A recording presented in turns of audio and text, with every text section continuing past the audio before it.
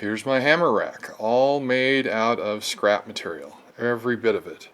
This was supposed to go to the dump last week. I forgot to take it with me. 2 screws, 1 5/8 long, 4 here, and same on the other side. It's absolutely no big deal. Now, the feature is there's 2 rows here. There's an old stud here. These are all pallet wood material. This is a stud here and a stud here, and it holds, you know, a row of hammers. And I put in a second row, but I didn't think about these would be too wide to put another row of hammers in here. So all you'd have to do is put another stud here all the way across, and then move this over a little bit, and it would handle a whole nother row. This is 17 pounds, 18 pounds worth of hammers, and it all works fine. There's no notches to cut, nothing. I wanted something stupidly simple. The only even mildly complex thing I did, let's see if you can see it. You see that top line is tapered. See, this is tapered. When you go 2 inches, it rises a half an inch. 2 inches rises half an inch. That's all I did. It didn't really, you don't have to. You could put on rectangular pieces of wood mounted to a stud. It'd be fine. This is just, how simple can I make it out of scrap? It cost me $0. And it's very strong. This thing's all in shear in here and on the other side, and it's super strong. If it matters to anybody, the distance from the outside of this stud to the outside of that stud's just shy of 17 inches, 16 7/8. So there you go. There it sits. I think that's every hammer I own. There may be 1 or 2 in the house. You know, if I have to, I can take this and move it over and stick another one here, and then it'll hold, I don't know, 20 hammers. And it doesn't hardly take up any room at all. It's wonderful. Cheap, easy. Let's see, what else did I need to tell you guys? Anyway, it was all, this is just chipboard, right? Just cheap old whatever, plywood, chipboard. I don't think, what's that stuff that I got for the flooring? Anyway, I don't think, there's some woods that won't work, because this is a lot of shear force this way, and this has some grain to it, so it'll hold up for a lot of years. And this was all, you know, these studs, these 2x4s were all off of pallets, so I don't know, they might be 20 years old out in the sun every day here in the desert. So, and then there's room in the back here. You could possibly hang whatever else, saws, you know, hand saws, clamps, you know, whatever. You could hang a whole bunch of stuff on a rack like this. And if you need to move it or toss it or whatever, it's just screws, boom, boom, boom. Now if you have to, you just use nails if that's all you got. So I don't know if I can find, yeah, I've got another piece of wood that I think is 17 inches long. I can add it here, move this over, because I might actually have 2 or 3 hammers inside the house. Anyway, it's quite strong. I took all the reason I got the spacing here from this stud to this stud, 2 inches inside was inspired by pegboard. You see that hammer, the two wires coming out? That's 2 inches apart. These pegboard, these small 1/8 inch holes, these are 1 inch apart. So 2 inches was what I was using for years, and so I thought I'd just duplicate it here, and it all fits fine. There's enough hammers here that they're not going to twist and fall through. I mean, it's not impossible. If you really had to, you could drive a screw in or a nail between each one so they don't twist, but does this look like it's going to twist? I don't think so. And I'll bet you this thing's good for 50 pounds easy. That's just my guess. And there's other stuff I haven't even figured out. I'm trying to figure out a way to, I was going to use the same method to put my bench grinder here on the wall and maybe my belt sander, so they're completely out of the way. You could pull the front end of a car up underneath here. It's just easy, and you can move it. You know, if your garage, the studs are 16 inches center to center, then this will fit across any 2 studs that are even remotely installed correctly at the correct distance. So alright, so just some construction information. You see this is pretty much head on, and you can see that each stud is higher as you go further back. I don't know, probably don't have to, but I just decided I wanted to. And it gives it a little more visibility from a distance. When you're standing above it, it's pretty easy to see. So I don't know, I just didn't want it super plain.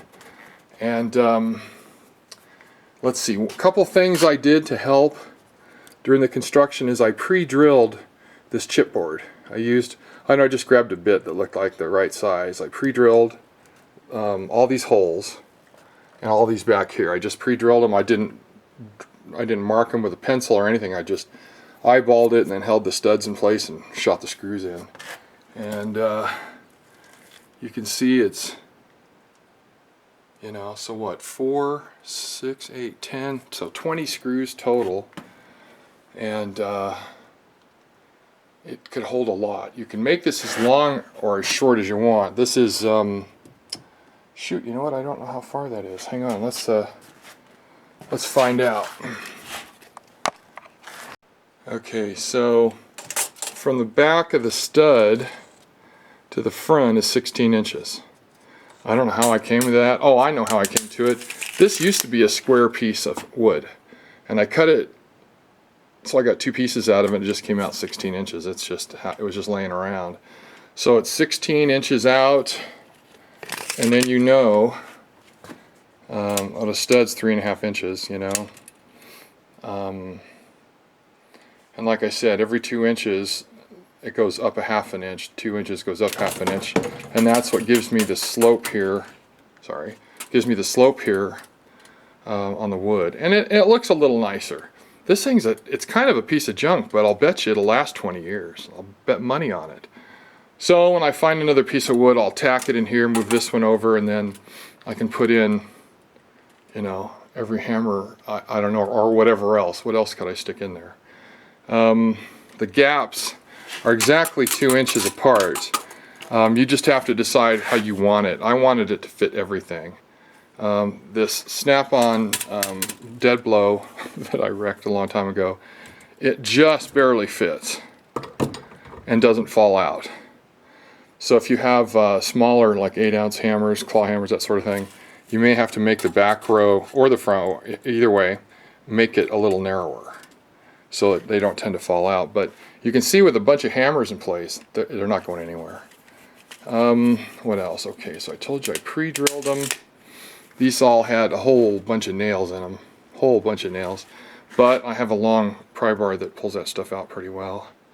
I just didn't want to spend hardly any time or money on it, and now it's really strong, and it's in the back of the garage, where it's completely out of the way. And height is important. If you sometimes if you need to pull a car in, let's say you back your car in, you back it all the way to the stud here, you want it to be able to go under these hammers, so you might want to put this up higher. My height was limited by my pegboard being in the way, so I just left it. I left it, so there's something, if I need to hang from here, this is where the hammers used to be. I just left it so stuff could hang down like that big long wrench. It was taking up a lot of room on the pegboard. It was hanging up here on that J-hook, and it just takes up a lot of real estate. So, maybe I could hang it in here somehow. I like wrenches where I can see them. That's for hitches on your adapters for towing boats and trailers and stuff. I never use it. I use it probably once every 3 years, so I don't want to put it away. I'll forget where I put it. So anyway, I'd love to put up some more pegboard, but all the hammers were scattered all over the place across 2 different toolboxes, the house, and the front of the garage are just everywhere. And I thought, you know what, this is just really getting stupid. Since the socket video kind of inspired me, this was a great idea, and it cost nothing. This is wood I was supposed to throw away, And it's real, you know, it's real sun baked, but once you cut through it, the wood inside was in really good shape, so it takes the screws really well. And these are, like I said, 1 5/8. What are these? Are they called drywall? Yeah, they're just drywall. So they're not, you know, I suppose over years the heads will rust, if that matters to you. This is kind of a, I don't know, what do you want to call it? It's just a scrap project. So if the screws get rusty, all the better. That's part of the deal. You know, I've got some aircraft plywood I could have made this out of and made it look like something out of a museum, but that stuff's expensive. So this is perfect for me, and I like making things like this out of scrap. I had a bunch of pallets years ago and I tore them down, and we got most of the nails taken out of them, so I've got all kinds of wood for scrap projects like this. This is exactly how I'd like to mount my my grinder and my belt sander, this exact way. And in fact, if I could put this window somewhere, I could make this right across here. I could mount them right, you know, right through here, but I don't know where I'm going to put that window. So this is where this had to go, and just below the outlet, so if I put a faceplate on the outlet, it'll still fit.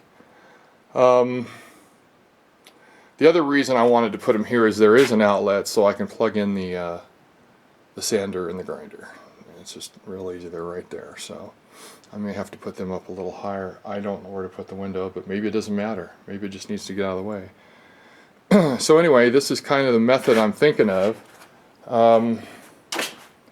Sorry for the little bit of glare. Here's my stash. There's one more piece of, you know, hard drawn, beat up sun bleached wood, and there's another piece of chipboard. I think that one might be thicker, and it's a little bigger too.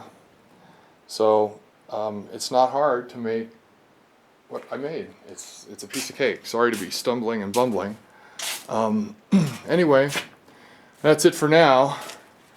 It's not perfect, but for my needs, it works right this minute, and I don't need it to be perfect. So I know how to fix it. If I get bored, I'll fix it. All right. Anyway, thanks for your time. See you. Bye.